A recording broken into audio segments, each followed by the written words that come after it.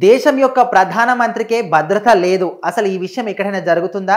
అసలు చరిత్రలోనే ఇది మొదటిసారి అని చెప్పుకోవచ్చు. బంగ్లాదేశ్‌కు సంబంధించిన ప్రధానమంత్రి షేక్ హసీనాకు సంబంధించి ఆమె దేశాన్ని వదిలిపెట్టి తన ప్రధానమంత్రి పదవికి రాజీనామా చేసి దేశాన్ని వదిలిపెట్టిన సందర్భాలు మనం ఇప్పుడు చూస్తా ఉన్నాం. అయితే ప్రభుత్వ ఉద్యోగాల కోటాకు సంబంధించిన ఆందోళనకారులు అండ్ అధికార పార్టీకి ఉన్నటువంటి మద్దతుదారులకు వీళ్ళిద్దరి మధ్య సంఘర్షణ ఇప్పుడు తీవ్ర రూపం దాల్చింది. అయితే దీనికి సంబంధించి ఇటు వాళ్ళిద్దరి మధ్య సంఘర్షణలు కొట్లాటలన్నీ కూడా బంగ్లాదేశ్లో చాలా విపరీతంగా జరుగుతున్నాయి. సో మరి దీనికి సంబంధించి వాళ్ళందరూ కూడా ఎవరైతే ఇటు ప్రభుత్వ ఉద్యోగాల కోటాకు సంబంధించిన ఆందోళనకారులు ఉన్నారో వాళ్ళందరూ కూడా ఇటు అధికారికంగా ఏదైతే ప్రభుత్వం కేటాయించిందో ప్రధానమంత్రికి సంబంధించి ఆ భవనానికి వెళ్ళి మొత్తంగా అక్కడ ధ్వంసం చేయడం కానీ ఇక్కడ విపరీతంగా వాళ్ళు హల్చల్ చేయడం జరుగుతుంది. సో మనం ఇక్కడ క్లియర్గా చూసుకోవచ్చు.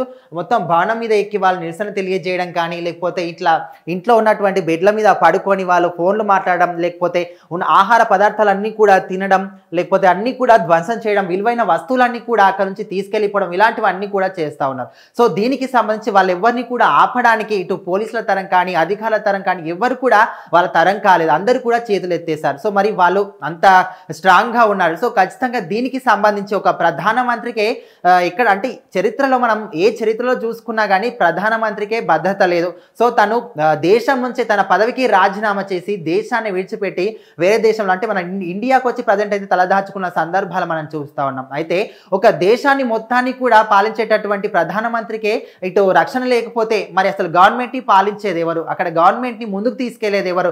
ఇప్పుడు అలాంటి అల్లకల్లోలం అక్కడైతే క్రియేట్ జరుగుతుంది. సో మరి దానికి సంబంధించి ఎవరు వాళ్ళని పట్టించుకోవాలి అనే విధంగా అయితే ఇప్పుడు అందరూ కూడా ఆలోచిస్తున్నారు. అయితే అందరి దృష్టి కూడా ఇప్పుడు బంగ్లాదేశ్ మీదనే ఉంది. సో అక్కడ ఎలాంటి సందర్భాలు ఇంకా ముందు ముందు చోటు చేసుకుంటాయి. ఇప్పుడు ప్రజెంట్ అయితే ఇక్కడ అధికారికంగా ఇచ్చినటువంటి బంగ్లా నుంచి మొత్తం ఇక్కడ చూసుకున్నట్లయితే మనం ఇక్కడ ఆహార పదార్థాలు కావచ్చు ఇక్కడ చికెన్ కానీ లేకపోతే ఫిష్ కర్రీస్ కానీ ఇలాంటివన్నీ కూడా అక్కడ ఏవైతే కిచెన్లో ఉన్నాయో అవన్నీ కూడా తినడం అక్కడ ఉన్నటువంటి మంచి మంచి విలువ గల వస్తువులన్నీ కూడా తీసుకెళ్ళిపోవడం ఇలాంటివన్నీ కూడా చేశారు. అంటే అక్కడ భవనాన్ని కూడా టోటల్గా లోపల ఉన్నటువంటి ఫర్నిచర్ని ధ్వంసం చేయడం ఇంకో కొంతమంది అక్కడ నుంచి వాటిని తీసుకెళ్లడం ఇలాంటివన్నీ కూడా చేశారు. సో మరి దీనికి సంబంధించి అధికారులు కావచ్చు పోలీసులు కూడా ఎవరు కూడా వాళ్ళని ఆపడానికి ట్రై చేసినప్పుడు ఎవరికి కూడా వాళ్ళు మాత్రం ఆగలేదు. వాళ్ళని తోసుకొని ముందుకెళ్ళడమే తప్ప ఆగడం మాత్రం లేదు. సో మరి అధికారులు కావచ్చు పోలీసులు అందరూ కూడా చేతులు ఎత్తేసారు. సో మరి అసలు ముందు ఏం జరుగుతుంది?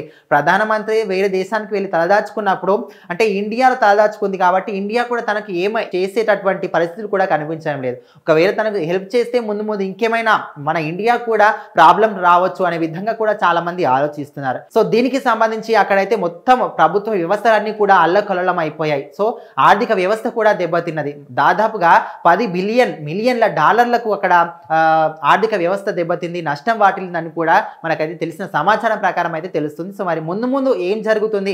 అసలు ఇక్కడ సమస్యలు అన్నీ కూడా సద్దుమణుగుతాయా? ఈ సందర్భాలు సద్దుమణుగుతాయా? ఏం జరుగుతుంది అనేది ముందు మనం చూస్తూ ఉండాలి.